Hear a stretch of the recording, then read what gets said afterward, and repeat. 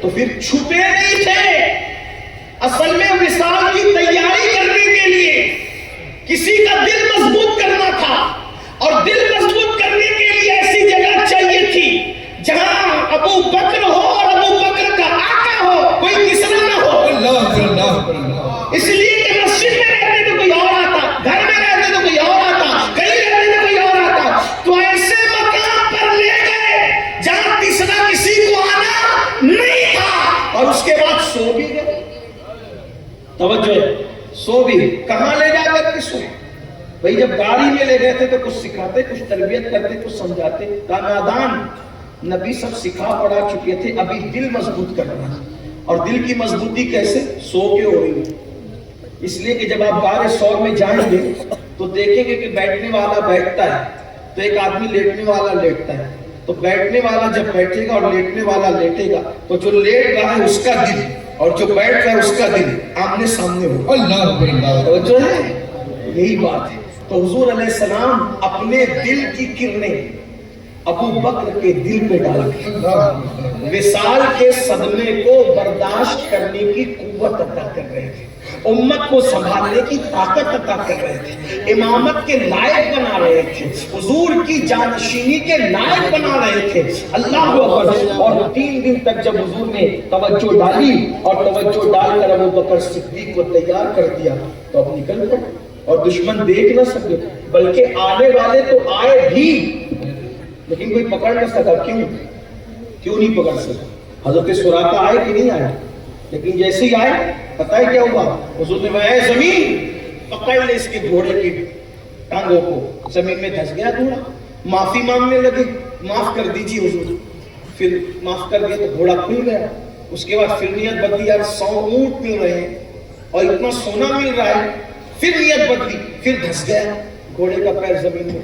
کہا اے سراقہ سونے کی لالچ میں آیا ہے نا, میں تیرے ہاتھوں میں کسرا کے کنگن دے گا. اگر تو کلمہ پڑھے گا تیرے ہاتھ میں ایک دن کسرا کے کنگن آئے, قربان جائے. سراقہ کلمہ پڑھ کے واپس لوٹ گیا, کہا کسی کو بتاؤں گا نہیں. جب ہجرت کی رات آقا جا رہے تھے, ابو بکر صدیق کبھی آگے چلتے کبھی پیچھے, کبھی آگے چلتے کبھی پیچھے. حضور نے پوچھا ابو بکر یہ آگے پیچھے کیوں چلتے ہو؟ کبھی تو تم میرے آگے نہیں چلے, آج آگے پیچھے کیوں چلتے ہو؟ صدیق کہتے آقا جب خیال آتا ہے نا کہ دشمن آگے سے آ رہا ہوگا تو میں آگے آ جاتا ہوں تاکہ اس کا تیر میں اپنے سینے پہ لے لوں. پھر جب خیال آتا ہے دشمن پیچھے سے آ رہا ہوگا تو میں پیچھے آ جاتا ہوں. کیوں؟ تاکہ اس کا تیر میں اپنی پیٹھ پہ لے لوں. آقا پھر میرے آقا صلی اللہ علیہ وسلم کا جب وصال ہوا, صدیق اکبر نے سب کو سہارا دیا. اس وقت تو امت پر بڑا وقت ہے. 2 وقت امت کی نیا ڈولنے لگی. ایک جب مسلمہ کذاب نے نبوت کا دعویٰ کیا, زکات کے منکروں نے زکات دینے کا انکار کیا, اس وقت دین پر سخت وقت آیا, امت کی نیا ڈوڑنے لگی. اس وقت دین بچانے والا جو مجاہد تھا اس کو ابو بکر صدیق کہتے ہیں. اور دوسری مرتبہ دین پہ جو وقت آیا یزید پلید ملعون کے ٹائم جب وہ دین کو مٹانا چاہتا تھا, اس وقت جس نے دین کی نیا کو سہارا دیا اس مجاہد کو امام حسین کہتے ہیں. اس کا مطلب دین کو جب بھی ضرورت پڑی دونوں خون سامنے آئے, ایک صحابہ کا ایک اہل بیت. اس لیے کہ اس دین کی رگوں میں صحابہ اور اہل بیت کا خون ہے. انشاءاللہ قیامت تک اب یہ دین مردہ نہیں ہو سکتا انشاءاللہ. اب صدیق اکبر کو دیکھو, خلیفہ ہو گئے, خلیفہ ہو گئے سیدنا صدیق اکبر. اللہ اکبر. مال تجارت لے کر جاتے تھے بازار میں, بکریوں کا دودھ دوتے تھے. عاجزی دیکھو صدیق اکبر. مدینے کی بچیوں نے کہا اب تو ابو بکر خلیفہ ہو گئے مسلمانوں کے, یہ ہمیں کیا بکری کا دودھ دو کر کے دیں گے. صدیق اکبر نے کہا میں وہی ابو بکر ہوں, اب بھی تمہیں بکری کا دودھ دو کر کے دے سکتا ہوں. دیتے رہے. جب صدیق اکبر کا وصال ہو, وصال کے وقت صدیق اکبر کی وصال کے وقت اب دیکھو سوچ کیا ہے. ٹائم زیادہ ہو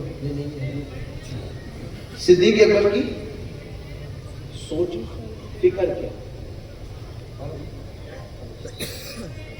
صدیق اکبر کی سوچ, یہاں سے سوچ دیکھیے تبدیل کی سوچ. جب صدیق اکبر کے وصال کا وقت آیا تو صدیق اکبر نے فرمایا حضور کو غسل کس نے دیا؟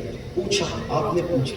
حالانکہ آپ جانتے تھے کہ غسل کس نے دیا. حضور علیہ السلام کو غسل مولا کائنات نے. صدیق اکبر رضی اللہ عنہ نے پوچھا حضور کو غسل کس نے دیا؟ تو اما عائشہ پاک نے کہا کہ مولا علی نے دیا، حضور کے گھر والوں نے کہا مجھے بھی غسل وہی لوگ دیں جنہوں نے حضور کو غسل دیا تھا۔ اللہ پھر پوچھا حضور کو کتنے کپڑوں میں کفن دیا گیا تھا؟ تو کہا 3 کپڑوں میں۔ اب سوچ دیکھ لو، صدیق اکبر فرماتے ہیں مجھے بھی 3 کپڑوں میں کفن دینا لیکن نیا کپڑا مت لانا۔ اللہ غور فرمائیں۔ دیکھیے انسان رسومات کا اگر عادی بن جائے تو پھر اس کا کوئی علاج نہیں، اور انسان اگر حقیقتوں کا متلاشی بن جائے تو پھر وہ اتنا بہترین انسان ہو جاتا ہے کہ پھر لوگ اس سے روشنی لینے لگتے ہیں۔ صدیق اکبر صحابہ کا امام، رسول اللہ کے پہلے جانشین، حضور کے مصلی پہ نماز پڑھانے والا امام، جس نے رسول اللہ کی ظاہری حیات میں کم و بیش 16 دن تک کی امامت فرمائی۔ حضور علیہ السلام کا وصال اچانک نہیں ہوا، سفر کی آخری ہفتے سے حضور کی طبیعت میں علالت شروع ہوئی، بلکہ اور پہلے سے لیکن علالت بڑی بہت زیادہ۔ حضور حج سے آ گئے تھے، حجۃ الوداع سے، تبھی تبدیلی شروع ہو گئی تھی طبیعت کے اندر۔ یہ نہیں کہتا کہ طبیعت خراب ہو گئی تھی، رسول اللہ کی طبیعت کبھی خراب نہیں ہوئی، یہ اصلاح کر لیں۔ حضور کے لیے بولا کریں تو سوچ سمجھ کے بولا، جو کہتے ہیں حضور کی طبیعت خراب ہو گئی، واللہ ان کی کوئی چیز کبھی خراب نہیں ہو سکتی۔ جو حضور کی طبیعت کو خراب کرے اس کا ایمان خراب ہو سکتا ہے۔ حضور کی ہم یہ کہتے ہیں بیماری کا آغاز ہو گیا تھا، بیماری شروع ہو گئی تھی، لیکن حج سے آنے کے بعد طبیعت میں تبدیلی آنا شروع ہوئی، بیماری شروع ہو گئی، لیکن سفر کے آخری ہفتے سے بیماری نے شدت پکڑا، سر میں درد، بخار۔ ام المومنین اما عائشہ صدیقہ پاک فرماتی ہیں بخار اتنی شدت کا تھا، اتنی شدت، ہم لوگ چادر بھگا کر کے بدن پہ ڈالتے، تھوڑی دیر میں بخار کی گرمی اور شدت کی وجہ سے چادر سوکھ جاتی۔ حضور کو بہت تکلیف تھی اس وقت۔ اب وہ تکلیف بات آ گئی تو عرض کرنا چاہتا، بہنوں کی بھی توجہ۔ اللہ کے رسول علیہ السلام کو جب بخار آنے لگا تو جبریل امین سے پوچھا یہ بخار کیسا ہے؟ جبریل امین نے عرض کیا کہ اب آپ دنیا سے جانے والے ہیں، اب آپ کو موت کی لذت چکھنی ہے۔ لوگ اہل سنت پہ الزام دھرتے ہیں کہ ہم حضور کے موت کے قائل نہیں، یہ جھوٹ ہے۔ ہم حضور کی موت کے قائل ہیں کہ حضور علیہ السلام کو موت آئی، ہم مانتے ایمان ہے۔ ظاہر سی بات ہے قرآن سے ہٹ کر کون سا نیا دین تراشا جا سکتا، اور جو قرآن سے ہٹ کر تراشا جائے گا وہ دین نہیں ہے۔ حضور کو موت آئی، بالکل آئی، لیکن لوگ جو موت مانتے ہیں ہم وہ نہیں مانتے۔ لوگ کہتے ہیں موت آئی تو مر کے مٹی میں مل گئے، ہم نے کہا اس مٹی میں ملے ہوئے عقیدے کو نہیں مانتے۔ ہمارا عقیدہ یہ ہے کہ نبیوں کو موت آتی ہے مگر صرف ایک لمحے کے لیے آتی ہے، اور پھر انبیاء ہمیشہ کے لیے زندہ کر دیے جاتے ہیں۔ اس عقیدے کی ترجمانی اہل سنت کے امام نے یوں کی ہے، انبیاء کو بھی اجل آنی ہے مگر ایسی کہ فقط آنی ہے۔ یہ آنی 2 مرتبہ آیا، ایک آنی کا مطلب ہوتا ہے آنی، آنے والی، اور ایک آنی کا مطلب ہوتا ہے آن سے بنا آنی، اور آن کا مطلب کیا ہوتا ہے؟ لمحہ۔ انبیاء کو بھی اجل آنی ہے مگر ایسی کہ فقط آنی ہے، پھر وہی موت کے بعد ان کی حیات مثل ثابت وہی جسمانی ہے، اس کی ازواج کو جائز ہے نکاح، اس کا ترکہ بٹے جو فانی ہے۔ انبیاء کو لمحے کے لیے موت آتی، پھر وہ ہمیشہ کے لیے زندہ کر دیے جاتے ہیں۔ تو حضور علیہ السلام سے جبریل نے کہا حضور اب آپ دنیا سے کچھ کریں گے، موت کی لذت چکھنی ہے۔ سرکار نے فرمایا جبریل تکلیف ہے، تکلیف ہو گئی ہے۔ یہاں غور کریں آپ، رحمت للعالمین سید العالمین، تکلیف ہو گئی۔ اے جبریل جو تکلیف مجھے ہو رہی ہے کیا یہی تکلیف میری امت کو بھی ہوگی؟ جو تکلیف مجھے ہو رہی ہے، توجہ کرنا، میں بات سمیٹنے لگا ہوں لیکن بہت دھیان سے سنو، میں کوئی خطیب نہیں لیکن دل کا درد کچھ رکھنے آیا ہوں۔ اللہ کرے صحابہ کا مرتبہ سمجھ میں آئے، اہل البیت کی شان سمجھ میں آئے، حضور کی عظمت سمجھ میں آئے۔ غور کریں سرکار نے کیا فرمایا، موت کی تکلیف میں امت یاد آئی اور اے جبریل جو تکلیف مجھے ہو رہی ہے کیا وہی تکلیف میری امت کو بھی ہوگی؟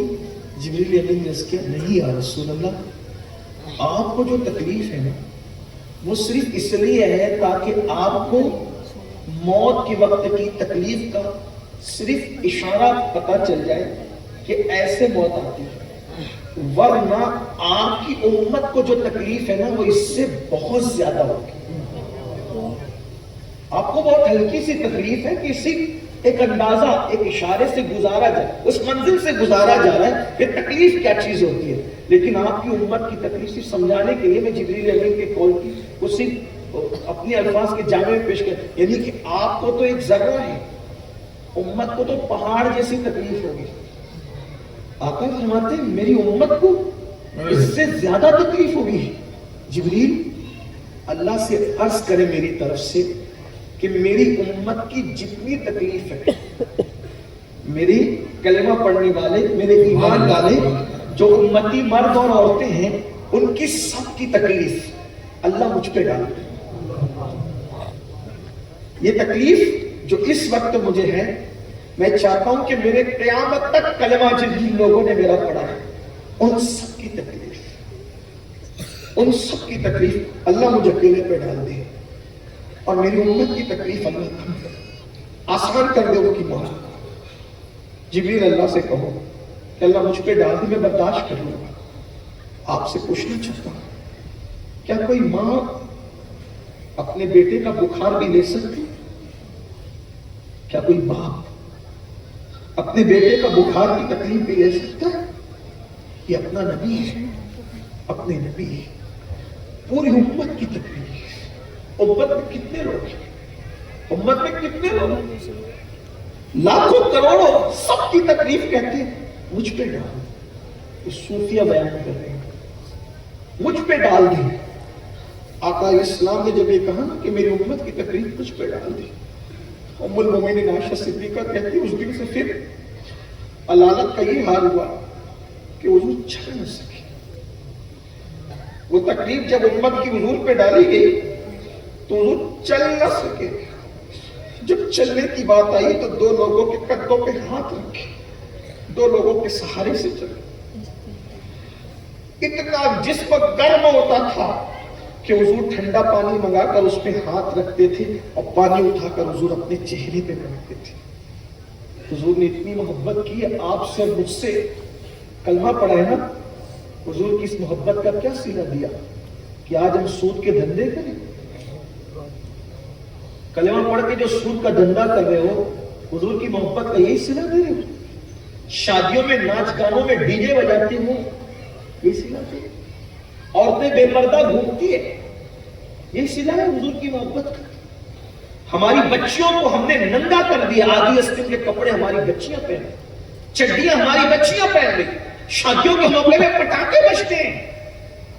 بتاؤ جس کی موت کی تکلیف حضور اپنے لیے طلب فرمائے، اگر اس قوم کے جوان زنا کرے تو حضور کے دل پہ کیا گزرتی ہے؟ جب حضرت یوسف علیہ السلام بلکہ حضرت یوسف علیہ السلام کو جب ان کے بھائی حضرت یعقوب سے لے کر کے جا رہے تھے تو حضرت یوسف کہتے تھے بابا یہ بھی کوئی محبت ہے تیری کہ سب بھائیوں کو تو کھیلنے کی اجازت ہے مجھے نہیں؟ تو حضرت یعقوب نے کہا تھا میرے بیٹے آج میری محبت کا احساس شاید تجھے نہ ہو، اس محبت کا احساس تجھے اس دن ہوگا جب تیری طرح خوبصورت تیرا کوئی بیٹا ہوگا اور اس کے بھائی کھیلنے کے بہانے اس کو کنویں میں ڈالنے کے لیے لے کر جا رہے ہوں گے، تو جو اس وقت تیرے دل پہ گزرے گی آج میرے دل پہ گزر رہی ہے۔ جس کو محبت ہوتی ہے اس کی تکلیفوں پہ دکھ بھی ہوتا ہے۔ سیدنا فاروق اعظم فرماتے ہیں لوگوں اگر تم حضور کے امتی ہو تو تم جو بھی گناہ کرتے ہو تو اس گناہ کا اثر حضور کو قبر میں یہ ہوتا ہے کہ حضور دکھی ہوتے ہیں، حضور غمگین ہوتے ہیں، حضور رنجیدہ ہوتے ہیں۔ تو تم اپنے نبی کو گناہ کر کے قبر میں رنجیدہ کرتے ہو، مجھے بتاؤ اگر کوئی ماں کو زمین کے اوپر رنجیدہ کرے تو مرتے وقت اس کو کلمہ نصیب نہیں ہوتا جو ایک دن میں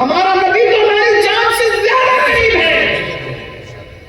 جب زنا کی فلمیں دیکھتے ہوں گے تو حضور کے دل پہ کیا گزرتی ہو؟ یہی صدا عشق کا. میں تو تم پر چھوڑ جاتا ہوں، اس سے زیادہ کہوں گا تو شاید آپ برداشت نہ کر سکیں، لیکن آپ پہ چھوڑ جاتا ہوں. آپ کو بتاؤں، تمہیں آج نبی کی محبتوں کا احساس نہیں ہوگا. اگر احساس کرنا ہے، اللہ تمہیں وہ دن نہ دکھائے جس سے تم سب سے زیادہ پیار کرو، پھر وہ تمہارے ساتھ بے وفائی کرے. تب تمہیں احساس ہوتا ہے کہ پیار کیا چیز ہوتی ہے. تمہارا بچہ جس دن تمہارا گھر چھوڑ کر تمہاری بہو کو لے کے تمہیں چھوڑ کر کے جاتا ہے، تمہارے دل پہ کیا گزرتی ہے؟ تم نے تو نبی کی طرح بچے سے پیار نہیں کیا نا. نبی جتنا امتی سے پیار کرتے اتنا پیار تو آپ نے نہیں کیا، لیکن بہرحال کچھ پیار کیا. تو بولو جانے والے بچے سے آپ کے دل پر کتنے نشتر چلتے ہیں. ایک بچہ تم سے بے وفائی کرو تو تمہارا دل اتنا ٹوٹتا ہے. تم نے اپنے نبی سے بے وفائی کی، حضور کے دل کی کیفیت کا اندازہ تو کرو. اندازہ کرو نا کیا کرتے ہو. توبہ کرو، آج معافی مانگو آج. اور اگر نہیں مانگا نا، یاد رکھنا، اچھی طرح یاد رکھنا، قبر میں حضور آئیں گے، ضرور آئیں گے. لیکن اگر ان کا دل دکھایا گانے سن کے، زنا کر کے، شراب کے دھندے کر کے، جوا کھیل کے، وہ جوا آقا فرماتے ہیں جس نے جوا کھیلا قیامت کے دن اس کے ہاتھ سور کے خون میں رنگے ہوئے ہوں گے، خنزیر کے خون میں رنگے ہوئے. موبائل پہ جوا کھیلتے ہو نا، قبر میں حضور آئیں گے اور ضرور آئیں گے. لیکن اتنا یاد رکھنا، جب سب چھوڑ کر چلے جائیں گے تب حضور آئیں گے. اور حضور آئے اور دیکھا کہ یہ بدبخت، کہ اللہ نہ کرے ہزار بار، نہ ماں مدد کرنے والی وہاں، نہ باپ، نہ بھائی، نہ بھانجا، نہ بھتیجا، کوئی مدد کرنے والا نہیں. اس وقت ایک ہی مدد کی راہ تھی، حضور کی راہ. اور حضور نے دیکھا یہ ہے بدبخت، اور اللہ نہ کرے حضور نے ناراض ہو کے چہرہ پھیر لیا. اللہ نہ کرے. میں دعا کرتا ہوں اللہ کسی دشمن کو بھی وہ وقت نہ دکھائے، وہ ٹائم نہ دکھائے کہ حضور اس سے وہ پھیر لے. حالانکہ وہ اتنے قریب ہیں، رحمت للعالمین، کہ ان کے کرم سے ایسی امید نہیں ہے کہ وہ پھیر جائے. لیکن بہرحال اللہ نہ کرے اگر وہ منہ پھیر کر چلے جائیں تو بتاؤ کس کو پکارو گے، کس کو آواز دو گے، کس کو آواز دو گے؟ آپ جانتے ہو، آپ کو پتا ہے وہ رحمت للعالمین بھی ہے تو وہ کائنات کے سب سے بڑے غیور بھی ہے. اقبال سے کس نے کہا تھا، او اقبال تو جرمنی تک جاتا ہے، برطانیہ تک جاتا ہے، مدینہ شریف تک کیوں نہیں جاتا؟ تو اقبال کہتے جاتا ہوں، جانا چاہتا ہوں، جا سکتا ہوں، لیکن ہمت نہیں ہوتی کہ سنہری جالیوں کے سامنے اقبال کیا منہ لے کر جائے گا. اگر میں یہ منہ لے کر گیا اور انہوں نے رخ پھیر لیا تو میرا کیا ہوگا؟ بتاؤ کیا ہوگا؟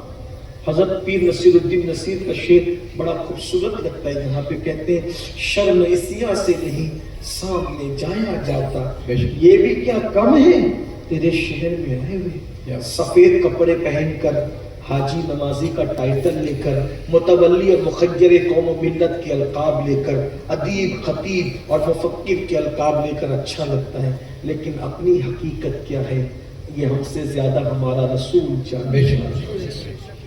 خدا کے لیے رحم کر لو. وہ اگر ناراض ہو گئے نا، سب بربادی، سب تباہی. بہنوں سے بھی کہتا ہوں تمہیں سیریل دیکھنے کو ٹائم ہے، نماز پڑھنے کو ٹائم نہیں، گھنٹوں غیبت کرنے کو ٹائم ہے. رسول اللہ کی آنکھوں کی ٹھنڈک نماز کے لیے تمہیں ٹائم. بچے روتے ہیں، تمہارے بچے روتے ہیں، سیریل کے وقت بچے نہیں روتے. کام ہے سیریل کے وقت کوئی کام، فلم کے وقت کوئی کام نہیں، غیبت کے وقت کوئی کام نہیں. بچے صرف تمہارے ہیں میری بہنوں. کیا سیدہ فاطمہ الزہرا کے گھر بچے نہ تھے؟ وہ تو 15 سے 16 سال کی اتنی چھوٹی سی عمر میں 5 بچوں کی ماں بن گئی تھی. اتنی چھوٹی سی عمر میں 5 بچوں کی ماں. خود ہی چکی پیستے، خود ہی کپڑے، سارے کام خود ہی کرتی. ایک وقت کی بھی نماز نہیں چھوٹتی، نماز کے وقت سارے کام چھوڑ دیتی. تو بچے سی بات، مولوی کے سامنے بہانہ لگاؤ گی میری بہن، مولا کے سامنے کسی کا بہانہ نہیں چلے گا. اس لیے اپنی آخرت، آج تم شوہر کو گرم گرم روٹیاں بنا کے بالکل خدمت کرو، شوہر کی خدمت کرنا بھی عبادت ہے، مگر میری بہن یہ شوہر بھی قبر میں کام نہیں آئے گا، یہ سب دھوکہ ہے، فریب ہے، کوئی کسی کے کام نہیں آئے گا، حضور جان وفا کام آئیں گے، ان کو راضی کرو، خوش کرو۔ بات دور چلی گئی، کیا اس کر رہا تھا؟ اما عائشہ پاک کہتی حضور علیہ السلام نے جب امت کی تکلیف بھی اپنے اوپر گوارا فرما لی، بہت تکلیف باہر، تو سیدنا صدیق اکبر نے پوچھا حضور کو کتنے کپڑوں میں کفن دیا گیا؟ تو کہا 3 کپڑوں۔ اب میں یہاں یہ بات کہہ کے بات ختم کروں، اینڈ پہ لے جاؤں۔ صدیق اکبر نے کہا مگر دیکھو مجھے بھی 3 ہی کپڑے دینا، 3 ہی کپڑے دینا مجھے، مگر نیا کپڑا مت لانا، میرے لیے نیا کپڑا، مجھے پرانے اسی کپڑوں میں دفن کر دینا۔ لوگوں نے پوچھا ابو بکر کیوں؟ توجہ فرمایا مردوں سے زیادہ نئے کپڑوں کی ضرورت زندوں کو ہوتی ہے۔ اگر اللہ ناراض ہے تو قیمتی کفن لے جا کر کے بھی فائدہ کیا ہوگا؟ وہ تو جہنم کی آگ میں تبدیل ہو جائے، اور اگر اللہ راضی ہے تو پھٹا کفن بھی نقصان نہیں کرے گا، کیونکہ اللہ اس سے بہتر جنت کا لباس ہے۔ سبحان اللہ۔ نئے کپڑوں کی ضرورت زندوں کو زیادہ ہے، مجھے نہیں چاہیے نیا، حضور کے کسی امتی کو میری جگہ نیا دے دینا۔ آپ سے پوچھتا ہوں یہ فکر امت کس کے پاس؟ صدیق اکبر کے پاس۔ آج پھر ہم اپنی شادیوں میں فضول خرچیاں کیوں کرتے ہیں؟ کبھی سوچا جتنے پٹاخے میں آگ لگاؤں گا اگر اس سے کسی غریب کی بیٹی کے سر پہ دوپٹہ ڈال دوں تو؟ کبھی سوچا 10 لاکھ 20 25 لاکھ کے صرف ہال کیے جاتے ہیں، 5 لاکھ سے منگنی میں خرچ کیا جاتا ہے۔ کبھی سوچا اگر میں 5 لاکھ کی بجائے 1 لاکھ میں منگنی لپٹا لوں اور 4 لاکھ میں 4 غریب بچیوں کی شادی کر دوں تو؟ لوگ کہتے ہیں یہ جلسوں میں اتنے پیسے خرچ کرتے ہو، اگر اس کو کچھ شارٹ کرو تو کر سکتے ہو، جلسوں کے خرچوں کو شارٹ کرو تو کر سکتے ہو۔ پھر کہتا ہوں ایک آدمی کو 5 ہزار کا ہار پہنا، اگر وہی پیسے اپنے کسی غریب کے لیے خرچ کرو تو امت کا حال بڑا خراب۔ لوگ میرے بارے میں گالیاں دیتے ہیں، کہا یہ دیکھو سنیوں کی رسم کو بنا کرنا چاہتے، کتنا بدبخت ہے۔ میں نے کہا گالیاں دے دو، کون بدبخت ہے کون خوش بخت ہے فیصلہ قیامت میں ہوگا۔ میں ہار منع نہیں کر رہا ہوں، لوگ کہتے ہیں منع کرتے ہیں، منع نہیں، میں یہ کہہ رہا ہوں 5 ہزار کی بجائے 10 روپے سے کام چلا لو، رسم ہے نا کر لو۔ کیوں؟ حالات اگر آپ نہیں جانتے تو مجھے پتا ہے، آج مسلمانوں کی بیٹیاں غربت کی وجہ سے لوجوں پہ بک رہی ہے۔ دیکھو آپ کو نہیں پتا، آپ راجستھان کے چھوٹے سے گاؤں میں رہ کر اگر اس کا اندازہ نہیں کر پا رہے ہیں تو مجھے اس کا احساس ہے۔ ہم لوگوں سے ملتے روزانہ، الحمدللہ ہزاروں لوگ سے میری ملاقات ہوتی ہے، غریب بھی ہے، امیر بھی ہے، ان پڑھ بھی ہے، پڑھے لکھے بھی ہیں، سیاسی بھی ہے، سماجی بھی ہے۔ ہمیں پتا ہے آج سب سے زیادہ کسی کے مذہب کی بیٹیاں اگر لوجوں میں بک رہی ہیں مسلمانوں کی، برقع پہن کر سگنلوں پر اگر کسی کی بیٹی بھیک مانگ رہی ہے، مسلمانوں کی بیٹی، جس قوم کی بیٹیاں برقع پہن کر سگنل پہ بھیک مانگے اس قوم کے جلسے میں 25 لاکھ خرچہ ہوں گے، اس قوم کی شادیوں میں 25 لاکھ خرچہ۔ کچھ تو احساس کرو نا، آپ درد بھری باتیں کر کے انقلاب پیدا نہیں کر سکتے جب تک کہ میدان عمل میں نہ ہو۔ میں بات ختم کر کے چلا تھا لیکن ایک بات کر دوں، یہ بیٹیاں لوجوں میں کیوں بکتی ہیں؟ سگنلوں پہ کسی اور مذہب کی عورت مذہبی لباس میں تمہیں بھیک مانگتے ملی؟ کسی یہودی کی عورت یہودی کے لباس میں بھیک مانگتے ملی؟ کسی عیسائی کی عورت عیسائی کے لباس میں بھیک مانگتے ملی؟ کسی مشرک کی عورت مشرک کے لباس میں بھیک مانگتے مذہبی لباس میں کوئی ملا ہے بھیک مانگتے سوائے اسلام کی؟ اسلام رسوا نہیں ہو رہا ہے، حضور کے دل پہ کیا گزرتی ہے؟ آج بہت شوق سے اسٹیجوں پہ کہا جا رہا ہے بیٹیاں بھاگ رہی، انہیں شوق ہے بھاگنے کا، انہیں بھاگنے کا شوق، کس کو شوق ہے بھاگنے کا؟ بیٹیاں جانتی ہے اس قوم کے درد بھری اور مالدار لوگ جو باتیں کرتے ہیں نا، کروڑوں پتی لوگ، صرف شو بازی ہے بس، اللہ چل ایک ہوں گے اللہ والے